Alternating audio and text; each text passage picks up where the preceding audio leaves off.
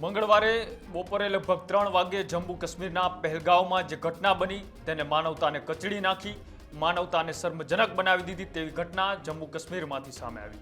લોકો પ્રવાસીઓ માટે ફરવા ગયા હતા તો કોઈ મોરારી બાપુની કથા સાંભળવા માટે ગુજરાતમાંથી ગયા હતા। આ તમામ અત્યારે ચિચિયારીઓથી આખું દેશ ગુંજી રહ્યો છે। કોઈનો પરિવાર ત્યાં ફસાયેલો છે તો કોઈના પરિવારનો મૃતદેહ ગુજરાત આવવાની તૈયારીઓમાં છે। નમસ્કાર, આપ જોઈ રહ્યા છો ન્યૂઝ રૂમ। આપની સાથે છું કૃણાલ આહિર। જમ્મુ કાશ્મીરને આમ તો સ્વર્ગ કહેવામાં આવે છે એવો પ્રદેશ, ત્યાં સૌ કોઈ લોકો ફરવા જવા માટેની આતુરતાથી રાહ જોતા હોય છે।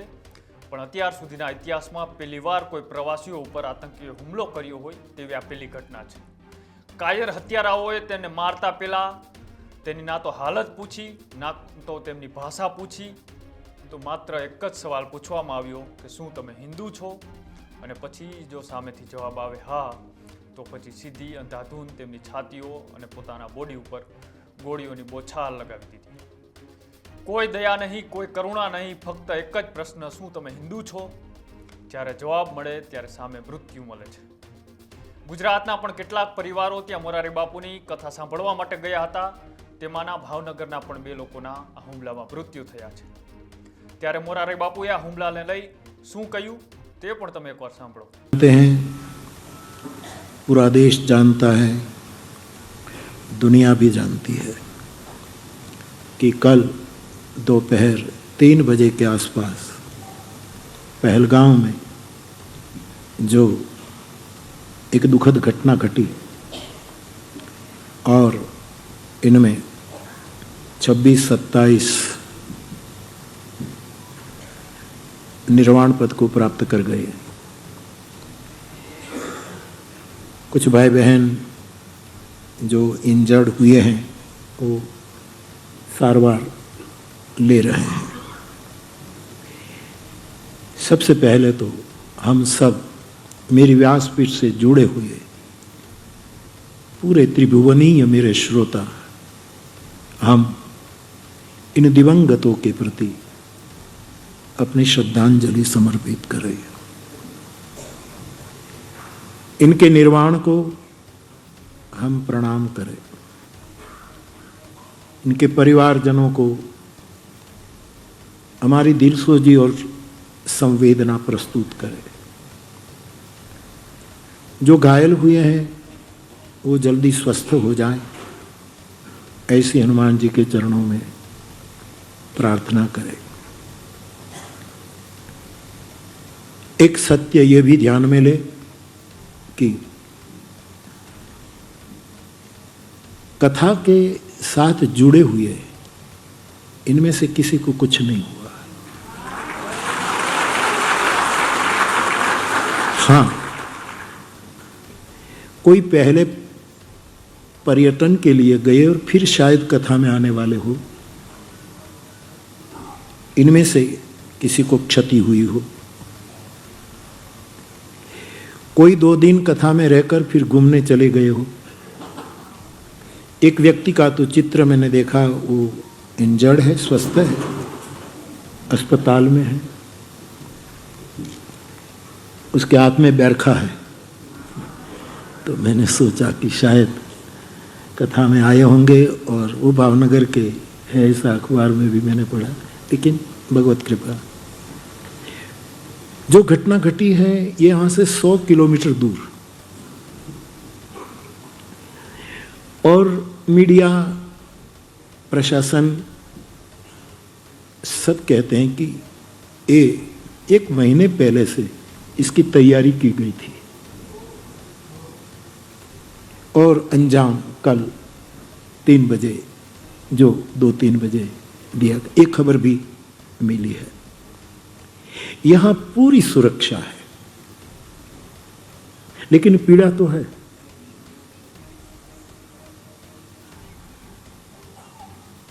तो सबसे पहले तो सभी को हम हृदय की श्रद्धांजलि समर्पित करें। कथा से जुड़े हुए हो कि न हो, सब हमारे हैं, सब हमारे देश के हैं, सब दूर दूर से आए हैं, जो भी हो। इन सब के लिए तुम्हारा मुरारी बापू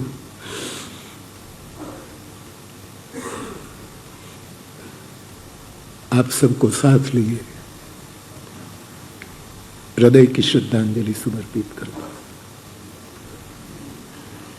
दुनिया कहती है कि कश्मीर भारत का, पृथ्वी का स्वर्ग है। ऐसा ही अर्थ निकालेंगे श्रद्धांजलि में, और क्या करें। आप लोग गए, वो स्वर्ग नहीं गए, स्वर्ग से दिव्य लोक गए। स्वर्ग में तो आप आए थे, कश्मीर को यदि स्वर्ग कहा जाए, यहां से आपकी यात्रा दिव्य लोक की हुई है। अच्छा तो नहीं लगता, लेकिन हरी इच्छा भावी बलवाना, इस नियति को रोते हुए या हंसते हुए कबूल करना ही पड़ता है। तो बार बार हम श्रद्धांजलि समर्पित करते हैं। मैंने कहा कि प्रशासन ने हमें पूर्ण सुरक्षा दी रखी है। कल भी कहा कि यहां कुछ नहीं होगा, आप आगे बढ़ सकते हैं, कुछ नियम निभाने हो गए, ये बात आई थी। इसलिए हम शुक्रगुजार हैं प्रशासन का। तो कोई चिंता नहीं है, लेकिन मानवता के नाते मन में सबको थोड़ी अशांति रहे, भय रहे, और कथा एंजॉय न कर पाए, और एक दहशत में यहां कुछ नहीं है। जो घटना घटी वो तो इतने दूर घटी, और यहां के प्रशासन ने मेरे पास आकर भी 2 अधिकारियों ने कल कहा कि यहां सब, लेकिन इधर इधर घूमना नहीं, थैला लाना नहीं, शाम का भोजन यहाँ आकर नहीं कर पाते। आज तो कश्मीर बंद का भी ऐलान कर दिया गया है। ये सब को ध्यान में रखते हुए कोई भी बात को प्रतिष्ठा का प्रश्न न बनाकर, और अहंकार, देखो कथा बंद रखनी पड़ी, इसमें अहंकार को चोट आए, इनको भी कुछ, क्योंकि प्रतिष्ठा के हम आदमी नहीं, हम तो परम निष्ठा के आदमी। प्रतिष्ठा तो मेरा गौरांग कह गया, सुकरी विष्टा है। और पल पल किसी की करुणा पर जीने वाले हम किस बात का अहंकार करें। इसलिए कोई बात बीच में नहीं है। लेकिन मैंने यज्ञ के पास अरुण भाई को सॉरी कहा, उसको अच्छा न लगे, रो पड़े। मैंने कहा अरुण भाई, मेरी व्यासपीठ का ही निर्णय है, 5 दिन की कथा करके हम इस कथा को स्थगित कर दें। 4 दिन की कथा जो बाकी है, कल जब हमने रास किया, सरोजबेन वहां आकर इतनी प्रसन्नता से कहने लगी, बापू हमारी इच्छा थी 4 चांद कथा में लग जाए, तो रास हुआ तो 4 चांद लग गए। ऐसा वो भाव। फिर 2-3 बजे ये घटना घटी, बाद में मुझे पता लगा, बहन 4 चांद नहीं 5 स्टार लग गए। 5 दिन की कथा हम कर सके। अब 4 दिन की कथा जो शेष है, वो देश काल और भगवत कृपा होगी तब यहां आकर पूरी करूंगा। कम लोगों में, छोटी व्यवस्था में, लेकिन 4 दिन की कथा। और वो 5 दिन की कथा 5 स्टार है, 5 तारक है। और अब जब भी होगी वो 4 चांद वाली होगी, वो 4 चांद वाली। आपने व्यासपीठ का इस निर्णय को कबूल किया, इसलिए बहुत पीड़ा के साथ कह रहा हूं कि आज हम कथा को यहाँ, हनुमान जी को विदा नहीं दूंगा, नहीं। और रूप में नंद प्रयाग आना, तेरे तो कई रूप है, लेकिन मैं इस कथा को समाप्त नहीं कर रहा हूं। विराम तो तभी दूंगा कि जब फिर आऊं। देश काल सब रहे, प्रभु की कृपा रहे, और फिर हम 4 दिन की कथा पूरी करके फिर पूरी 9 दिन की कथा, ये 5 दिन और 4 दिन ये पूरी 9 दिन की कथा हम जम्मू कश्मीर की जनता के हित में, सुख में, शांति में, प्रसन्नता में, संपन्नता में अर्पण कर देंगे। तो ये व्यासपीठ का निर्णय है। आपसे मेरा निवेदन है, मुश्किल पड़ेगी लेकिन आप सब भी जिस जो व्यवस्था, इसी व्यवस्था में अपने अपनी योग्यता के अनुसार अपने घर की ओर प्रस्थान करें। जो कोई मुश्किल नहीं है।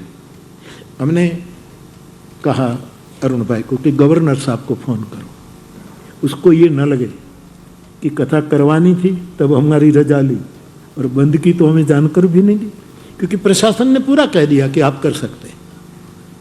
यहाँ थोड़ी सिक्योरिटी बढ़ा दी गई है और यहाँ कोई प्रॉब्लम नहीं है। ये मेरा मानवता के नाते निर्णय, और सबकी मानसिक स्थिति थोड़ी ठीक ना हो तो कथा को हम आनंद नहीं कर सकते। इसीलिए व्यासपीठ का निर्णय है। हमने फोन करवाया, हमारे देश के गृह मंत्री आदरणीय अमित भाई शाह आए हैं।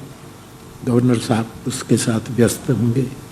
उसके प्रतिनिधि के साथ बात हुई और मैंने कहा मैं यज्ञ कुंड के पास बैठा हूँ, आप मुझे खबर दें। प्रतिनिधि ने कहा कि हमारी ओर से कोई रुकावट नहीं है, लेकिन आप जो निर्णय करें, बापू जो निर्णय करें, हमें स्वीकार्य है। तो हम यहाँ कोई तकलीफ नहीं, ध्यान देना। और न सरकार ने रोका है, न किसी एजेंसी ने रोका है, कोई नहीं, ये सत्य समझिएगा। लेकिन ये केवल मेरी व्यासपीठ का निर्णय है। कुछ निर्णय लेने की मेरी एक पद्धति है, वो पद्धति से मैं गुजरता हूँ, फिर मैं सोच लेता हूँ कि मेरा निर्णय नहीं है, ये कोई त्रिभुवनीय निर्णय है। इसलिए पीड़ा तो होगी मुझे, आप समझ सकते हैं। और ऐसा मेरी 65 साल की राम कथा यात्रा में 4-5 बार करना पड़ा है। ये कोई नई बात नहीं है। कभी कुछ घटना घटी, कथा रोकनी पड़ी, मुझे निकल जाना पड़ा। कभी कुछ हुआ, कथा रोकनी पड़ी। अब ये कोरोना काल में भी हम राजूला में कथा कर रहे थे।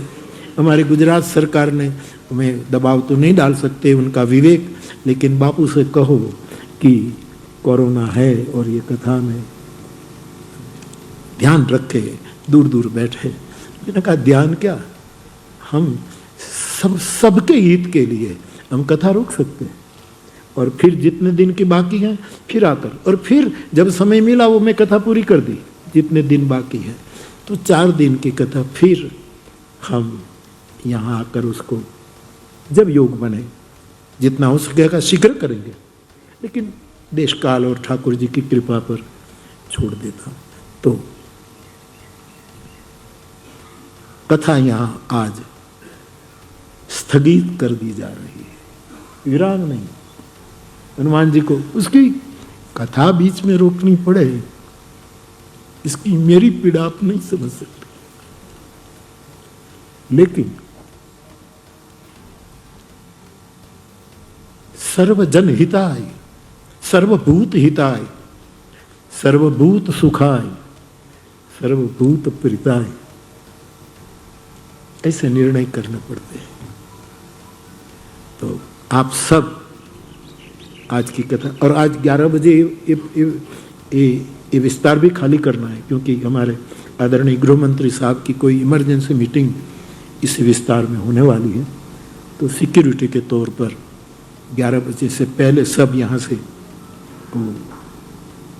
अपने अपने स्थान पर जाए। आपने टिकटें बुक करवा ली होगी सबकी प्रस्थान की, यात्रा की। मुश्किल तो जरूर होगी, लेकिन जिस रूप में आप व्यवस्था कर सके, आप सब आज दोपहर के बाद अपने घर की ओर प्रस्थान करें। पूरा सहयोग गवर्नर साहब का मैं धन्यवाद करता हूं, प्रशासन का पूरा सहयोग। और आज भी की कथा चालू रखो, कोई तकलीफ नहीं, हमारी जिम्मेवारी। भारत सरकार का पूरा सहयोग। हमारे आदरणीय यशस्वी प्रधानमंत्री विदेश में थे, लेकिन ये घटना घटी, वो अपनी यात्रा रोककर लौट आए। ऐसे हमारे नेता, हमारे गृह मंत्री आदरणीय अमित भाई शाह कल पहुंच गए। तो सबका पूरा सहकार, यहाँ की जनता का, पुलिस का, आर्मी का, सीमा सुरक्षा का दल का, जन जन का। और कथा चालू रहे। कल भी मुझे आकर यहाँ के लोग कह रहे थे कि बाबू कथा चालू रखना, तब तो कोई मैंने निर्णय नहीं किया था, लेकिन मुझे लगता है कि फिर आएंगे तो बाप। और इसका कोई गलत अर्थ भी न करें, क्योंकि कई प्रकार के फिर लोग बातें करने लगते हैं, ये हुआ, ये इनकी बातें हैं। तो आप सब अपने अपने घर पहुंच जाएं, ऐसी मेरी प्रार्थना है।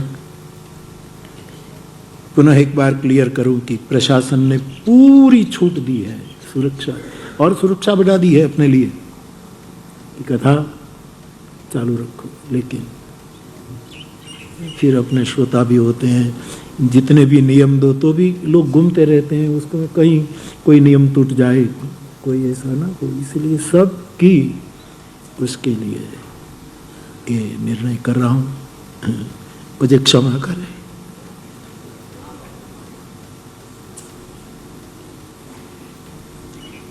और पूरे जम्मू कश्मीर के लिए, यहाँ की जनता के लिए, सब के लिए सर्वे भवन्तु सुखिनः, सर्वे सन्तु निरामयाः, सर्वे भद्राणि पश्यन्तु, मा कश्चित् दुख भाग भवेत्। फिर आएंगे, गाएंगे, मनाएंगे। बस सबका आभार व्यक्त करता हूँ कि बहुत सहयोग किया, सद्भाव से सहयोग किया। बहुत बहुत शुक्रिया, बहुत बहुत धन्यवाद। हनुमान जी फिर मौका देना, वरना तब तक या कश्मीर में रहना, कश्मीर का ध्यान रखना, इस मुल्क को विकास और विश्राम देना। फिर आएंगे। और अरुण भैया, आपके बारे में कुछ कहो तो आपको अच्छा नहीं लगेगा, लेकिन जो भी निर्णय देता हूं सहर्ष, बापू ऐसा ही होना चाहिए, आप जो कहे वो ही हो इसमें, वरना ये समेटना, ये सब समझ सकते हैं। तो और कुछ समय कहते हुए 5वें दिन की कथा को विराम देते हैं। 6ठे दिन की कथा फिर जब होगी तब करेंगे। पुनः दिवंगतों को श्रद्धांजलि देते हुए सबका आभार व्यक्त करते हुए, प्रभु ने लाज रख ली, उसका भगवान मिला। 3500 4000 लोग आए, इसमें जघन्य अपराध करने वाले कोई 1-2 घुस जाए, मुझे तो कोई, मैं तो मैदान में बैठा हूं। जिनका 24 कलाक स्मरण चलता है उसको मरण की भीति नहीं होती। ये नियम है, ये नियम है। इसके लिए आवश्यकता है 24 घंटे। शंकर को मरण है नहीं, क्योंकि तुम पुनि राम राम दिन राति तो नहीं, लेकिन आप मेरे पास आते हैं तो आपकी थोड़ी चिंता भी रहती है, स्वस्थ रहे, सुरक्षित रहे सब। प्रभु ने लाज रखी है। आनंद से हम 5 दिन और 4 दिन और भी गुजार देते, लेकिन फिर भी आप मेरे दिल की बात समझ पाएंगे।